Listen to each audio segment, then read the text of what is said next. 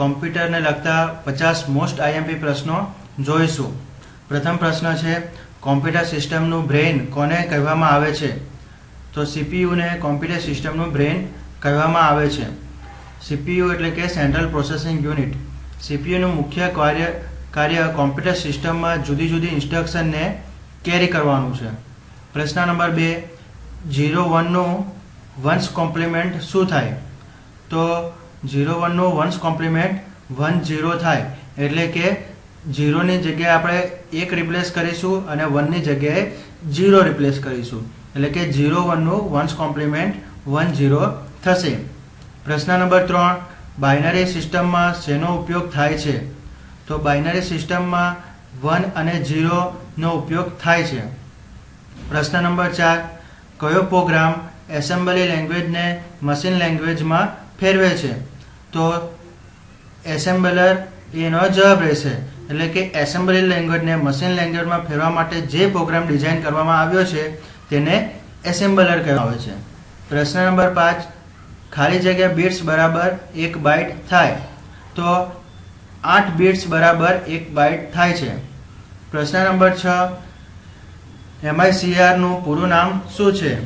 તો MICR નું પૂરું નામ મેગ્નેટિક ઇન્ક કેરેક્ટર રિકોગ્નિશન છે। અહીં જાણવા જેવું એ છે કે MICR નું કાર્ય શું છે? તો MICR એ દરેક ડોક્યુમેન્ટની ઓરિજિનાલિટી ચેક કરવાનું કાર્ય કરે છે, ખાસ કરીને ચેક જે બેંકમાં વપરાય છે। MICR થી રિસ્કમાં ઘટાડો થાય છે। પ્રશ્ન નંબર 7, ફર્સ્ટ જનરેશન કોમ્પ્યુટરનું મુખ્ય કોમ્પોનન્ટ કયું છે? તો ફર્સ્ટ જનરેશન કોમ્પ્યુટરનું મુખ્ય કોમ્પોનન્ટ વેક્યુમ ટ્યુબ્સ અને વાલ્વ્સ છે। પ્રશ્ન નંબર 8, રિમોટ કોમ્પ્યુટરને કનેક્ટ કરવા કઈ મેથડનો ઉપયોગ થાય છે? તો ડાયલ અપ, એટલે કે રિમોટ કોમ્પ્યુટરને કનેક્ટ કરવા માટે ડાયલ અપ મેથડનો ઉપયોગ થાય છે। અહીં ડાયલ અપ મેથડમાં બીજા કોમ્પ્યુટર એટલે કે રિમોટ કોમ્પ્યુટરને કનેક્ટ કરવા માટે ટેલિફોન લાઇન વપરાય છે। પ્રશ્ન નંબર 9, બાઇનરી નંબર્સનો 2's કોમ્પ્લિમેન્ટ મેળવવા તેના ફર્સ્ટ કોમ્પ્લિમેન્ટમાં શું ઉમેરવામાં આવે છે? જે રીતે આપણે અગાઉ જોયું કે કોઈપણ બાઇનરી નંબરનો ફર્સ્ટ કોમ્પ્લિમેન્ટ કઈ રીતે શોધી શકાય છે, હવે બાઇનરી નંબરનો ફર્સ્ટ કોમ્પ્લિમેન્ટ શોધ્યા પછી તેમાં 1 ઉમેરવામાં આવે તો આપણને 2's કોમ્પ્લિમેન્ટ મળે છે। પ્રશ્ન નંબર 10, આસ્કીનું પૂરું નામ શું છે? તો આસ્કીનું પૂરું નામ American standard code four information interchange છે। અહીં આસ્કી વેલ્યુમાં આપણને આલ્ફાન્યુમેરિક, ન્યુમેરિક તથા સ્પેશિયલ કેરેક્ટર માટે જુદા જુદા કોડ આપવામાં આવે છે, જેમ કે કેપિટલ A નો કોડ છે 65 અને સ્મોલ a નો કોડ છે 97। પ્રશ્ન નંબર 11, વોલેટાઇલ મેમરી કઈ છે? તો રેમ એ વોલેટાઇલ મેમરીનું ઉદાહરણ છે। તો રેમનું પૂરું નામ છે રેન્ડમ એક્સેસ મેમરી। પ્રશ્ન નંબર 12, SMPS નું પૂરું નામ શું છે? તો SMPS નું પૂરું નામ છે સ્વિચ મોડ પાવર સપ્લાય। પ્રશ્ન નંબર 13, નોટપેડમાં કોઈ માહિતીને કોપી કરવા કયા આદેશનો ઉપયોગ થાય છે, એટલે કે કયા કમાન્ડનો ઉપયોગ થાય છે? તો Ctrl+C। પ્રશ્ન નંબર 14, ડોક્યુમેન્ટમાં હાસ્યની ગોઠવણી નક્કી કરવા માટે શેનો ઉપયોગ થાય છે? તો ડોક્યુમેન્ટમાં હાસ્યની ગોઠવણી નક્કી કરવા માટે રૂલર બારનો ઉપયોગ થાય છે। તો રૂલર બારનું કાર્ય ડોક્યુમેન્ટમાં ટેબ અને માર્જિન સેટિંગનું છે। પ્રશ્ન નંબર 15, કયો પ્રિન્ટર લેસર બીમ અને ઇલેક્ટ્રો ફોટોગ્રાફિક ટેકનિકનો ઉપયોગ કરે છે? તેનો જવાબ રહેશે લેઝર પ્રિન્ટર। પ્રશ્ન નંબર 16, MS એક્સેલની એક શીટમાં કુલ કેટલા કોલમ હોય છે? તો MS એક્સેલની એક શીટમાં કુલ 256 કોલમ હોય છે। અહીં એક વાત જાણવા જેવી છે કે MS એક્સેલની એક શીટમાં 65536 પણ હોય છે। પ્રશ્ન નંબર 17, ટિપિકલ નેટવર્કમાં સૌથી વધુ શક્તિશાળી કોમ્પ્યુટર કયું છે? તો તેનો જવાબ આવશે કોમ્પ્યુટર સર્વર। આ ઉપરાંત ટિપિકલ નેટવર્કમાં અન્ય કોમ્પ્યુટર હોય છે જેને કહેવામાં આવે છે કોમ્પ્યુટર ક્લાયન્ટ। પ્રશ્ન નંબર 18, મોડેમનું પૂરું નામ શું છે? તો મોડેમનું પૂરું નામ મોડ્યુલેટર ડીમોડ્યુલેટર છે। મિત્રો આ પ્રશ્ન પરીક્ષામાં ઘણીવાર પૂછાઈ ગયો છે. પ્રશ્ન નંબર 19, એફટીપીનું પૂરું નામ શું છે? તો એફટીપીનું પૂરું નામ ફાઇલ ટ્રાન્સફર પ્રોટોકોલ છે. પ્રશ્ન નંબર 20, સેટ ઓફ રૂલ્સને શું કહે છે? તો કોમ્પ્યુટર સિસ્ટમમાં સેટ ઓફ રૂલ્સને પ્રોટોકોલ કહેવામાં આવે છે. જેમ કે HTTP એ એક પ્રોટોકોલનું ઉદાહરણ છે. પ્રશ્ન નંબર 21, BCC નું પૂરું નામ શું છે? તો બ્લાઇન્ડ કાર્બન કોપી એ BCC નું પૂરું નામ છે. તો BCC માં આપણે ઈમેલ કરતી વખતે જે એડ્રેસ લખવું હોય તે આપણે BCC માં લખી શકીએ છીએ. પ્રશ્ન નંબર 22, એક લેનથી બીજા લેનમાં ફ્રેમ ટ્રાન્સફર કયા ડિવાઇસનો ઉપયોગ થાય છે? તો એક લેનથી બીજી લેનમાં ફ્રેમ ટ્રાન્સફર કરવા બ્રિજનો ઉપયોગ થાય છે. પ્રશ્ન નંબર 23, ક્લાસ C નેટવર્કમાં ડિફોલ્ટ સબનેટ શું હોય છે? તો આન્સર છે 255.255.255.0. ફરીથી રિપીટ કરીશું. ક્લાસ C નેટવર્કમાં ડિફોલ્ટ સબનેટ માસ્ક 255.255.255.0 હોય છે.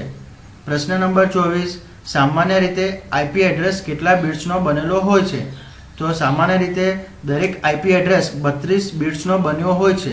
અને મિત્રો પરીક્ષામાં એમ પૂછવામાં આવે કે IP એડ્રેસ કેટલા બાઇટ્સનો બન્યો હોય છે? તો IP એડ્રેસ 4 બાઇટ્સનો બન્યો હોય છે. પ્રશ્ન નંબર 25, ઇન્ટરનેટ મેલ કયા પ્રોટોકોલનો ઉપયોગ કરે છે? તો ઇન્ટરનેટ મેલ એ HTTP પ્રોટોકોલનો ઉપયોગ કરે છે. HTTP નું ફૂલ ફોર્મ છે હાઇપર ટેક્સ્ટ ટ્રાન્સપોર્ટ પ્રોટોકોલ. પ્રશ્ન નંબર 26, TCP/IP ના કયા પ્રોટોકોલનો ઉપયોગ એક મશીનમાંથી બીજા મશીનમાં ઈમેલ કરવા માટે થાય છે? તો તેનો જવાબ રહેશે SMTP સિમ્પલ મેલ ટ્રાન્સફર પ્રોટોકોલ. પ્રશ્ન નંબર 27, ISDN નું પૂરું નામ શું છે? તો ISDN નું પૂરું નામ છે ઇન્ટિગ્રેટેડ સર્વિસીસ ડિજિટલ નેટવર્ક. પ્રશ્ન નંબર 28, કયા ડિસ્ટ્રીબ્યુટેડ નેટવર્કમાં બધા ડેટા સેન્ટ્રલ કોમ્પ્યુટરમાંથી પાસ થાય છે? તો સ્ટાર નેટવર્કમાં બધા ડેટા સેન્ટ્રલ કોમ્પ્યુટરમાંથી પાસ થાય છે. પ્રશ્ન નંબર 29, વિદ્યાર્થીઓના નામ સરનામા કોમ્પ્યુટરમાં સ્ટોર કરવા શેનો ઉપયોગ થાય છે? તો વિદ્યાર્થીઓના નામ સરનામા સ્ટોર કરવા કોમ્પ્યુટરમાં એક્સેસ એટલે કે MS એક્સેસનો ઉપયોગ થાય છે. આ ઉપરાંત કોમ્પ્યુટરમાં આપણે વિદ્યાર્થીઓના ટેલિફોન નંબર કે તેની અન્ય વિગતો પણ સ્ટોર કરી શકીએ છીએ. પ્રશ્ન નંબર 30, PDF નો અર્થ શું થાય છે? તો PDF નો અર્થ પોર્ટેબલ ડોક્યુમેન્ટ ફોર્મેટ થાય છે. પ્રશ્ન નંબર 31, ઇન્ટરનેટ સંદર્ભમાં ISP નું આખું નામ શું છે? તો ISP નું પૂરું નામ ઇન્ટરનેટ સર્વિસ પ્રોવાઇડર છે. પ્રશ્ન નંબર 32, MS વર્ડમાં પેજને ઊભું દર્શાવવા કયા વિકલ્પનો ઉપયોગ થાય છે? તો પેજને ઊભું દર્શાવવા માટે પોર્ટ્રેટ વિકલ્પનો ઉપયોગ થાય છે. બીજા ઓપ્શનમાં આપણા પાસે લેન્ડસ્કેપ છે. પ્રશ્ન નંબર 33, MS વર્ડમાં લખાણના ફોન્ટને મોટા કરવા શેનો ઉપયોગ થાય છે? તો MS વર્ડમાં લખાણના ફોન્ટને મોટા કરવા માટે Ctrl+Shift+greater than સાઇનનો ઉપયોગ થાય છે. અહીં માનો કે એમ પૂછવામાં આવ્યું કે MS વર્ડમાં લખાણના ફોન્ટને નાના કરવા શેનો ઉપયોગ થાય છે? તો મિત્રો ફોન્ટને નાના કરવા માટે Ctrl+Shift+less than સાઇનનો ઉપયોગ થાય છે. પ્રશ્ન નંબર 34, એક વેબસાઇટ પરથી અન્ય વેબસાઇટ પર જવાની પ્રક્રિયાને શું કહે છે? તો એક વેબસાઇટ પરથી બીજી વેબસાઇટ પર જવાની પ્રક્રિયાને સર્ફિંગ કહેવામાં આવે છે. પ્રશ્ન નંબર 35, abc@gmail.com માં ABC શું છે? તો ABC એ હોસ્ટ નેમ છે. પ્રશ્ન નંબર 36, LAN નું પૂરું નામ શું છે? તો લોકલ એરિયા નેટવર્ક. પ્રશ્ન નંબર 37, માઉસના બટનને 2 વખત દબાવવાની પ્રક્રિયાને શું કહે છે? તો માઉસના બટનને 2 વખત દબાવવાની પ્રક્રિયાને ડબલ ક્લિક કહે છે. પ્રશ્ન નંબર 38, કીબોર્ડની પ્રથમ લાઇનમાં ડાબી બાજુથી જમણી બાજુની કીનો ક્રમ કયો હોય છે? તો QWERT. મિત્રો આ પ્રશ્ન ઘણી પરીક્ષામાં પૂછાઈ ચૂક્યો છે. પ્રશ્ન નંબર 29, સામાન્ય રીતે સીડીની સંગ્રહ ક્ષમતા કેટલી હોય છે? તો 700 MB. પ્રશ્ન નંબર 40, SQLમાં રો ઉમેરવા માટે કયા કમાન્ડનો ઉપયોગ થાય છે? તો SQLમાં રો ઉમેરવા માટે ઇન્સર્ટ કમાન્ડનો ઉપયોગ થાય છે. પ્રશ્ન નંબર 41, કોઈ સોફ્ટવેરની જૂની આવૃત્તિના સ્થાને તેની નવી અદ્યતન આવૃત્તિ ઉમેરવાની પ્રક્રિયાને શું કહે છે? તો અપગ્રેડ. પ્રશ્ન નંબર 42, આઉટલુક એક્સપ્રેસ એ શાનું ઉદાહરણ છે? તો આઉટલુક એક્સપ્રેસ એ ઈમેલ ક્લાયન્ટનું ઉદાહરણ છે. પ્રશ્ન નંબર 43, ઈમેલ એડ્રેસમાં હોસ્ટ નેમ પછી કયું ચિહ્ન મૂકવામાં આવે છે? તો @ ચિહ્ન મૂકવામાં આવે છે. પ્રશ્ન નંબર 44, થેસર્સ માટેની શોર્ટકટ કી કઈ છે? તો તેનો જવાબ આવશે Shift+F7. પ્રશ્ન નંબર 45, કોમ્પ્યુટરમાં એક અક્ષરનો સંગ્રહ કરવા માટે કેટલા બીટનો ઉપયોગ થાય છે? તો કોમ્પ્યુટરમાં એક અક્ષરનો સંગ્રહ કરવા માટે 8 બીટનો ઉપયોગ થાય છે. પ્રશ્ન નંબર 46, USBનું પૂરું નામ શું છે? તો USBનું પૂરું નામ છે યુનિવર્સલ સિરિયલ બસ. પ્રશ્ન નંબર 47, કઈ સુવિધાનો ઉપયોગ કરીને કોમ્પ્યુટરમાં રહેલી ટેમ્પરરી ફાઇલને દૂર કરી શકાય છે? તો તેના માટેનો જવાબ છે ડિસ્ક ક્લીનઅપ. પ્રશ્ન નંબર 48, ખાલી જગ્યાને બીજી કોમ્પ્યુટર સિસ્ટમનો અનઓથોરાઇઝ્ડ એક્સેસ કહે છે? તો હેકિંગ, એટલે કે હેકિંગને બીજી કોમ્પ્યુટર સિસ્ટમનો અનઓથોરાઇઝ્ડ એક્સેસ કહે છે. પ્રશ્ન નંબર 49, ઇન્ટરનેટ બેન્કિંગ એ શેનું ઉદાહરણ છે? તો ઇન્ટરનેટ બેન્કિંગ એ ઇલેક્ટ્રોનિક ફંડ ટ્રાન્સફર એટલે કે EFTનું ઉદાહરણ છે. પ્રશ્ન નંબર 50, 1 મેગાબાઇટ બરાબર ખાલી જગ્યા કિલોબાઇટ થાય? તો 1 મેગાબાઇટ બરાબર 1024 કિલોબાઇટ થાય છે. મિત્રો, જો અમારો વિડીયો તમને ગમ્યો હોય તો જરૂરથી તેને લાઈક કરજો અને શેર કરજો. વધુ વિડીયો મેળવવા માટે અમારી નોલેજ પોર્ટલ ચેનલ જરૂરથી સબસ્ક્રાઈબ કરજો. અમારો વિડીયો જોવા માટે આભાર. નમસ્કાર.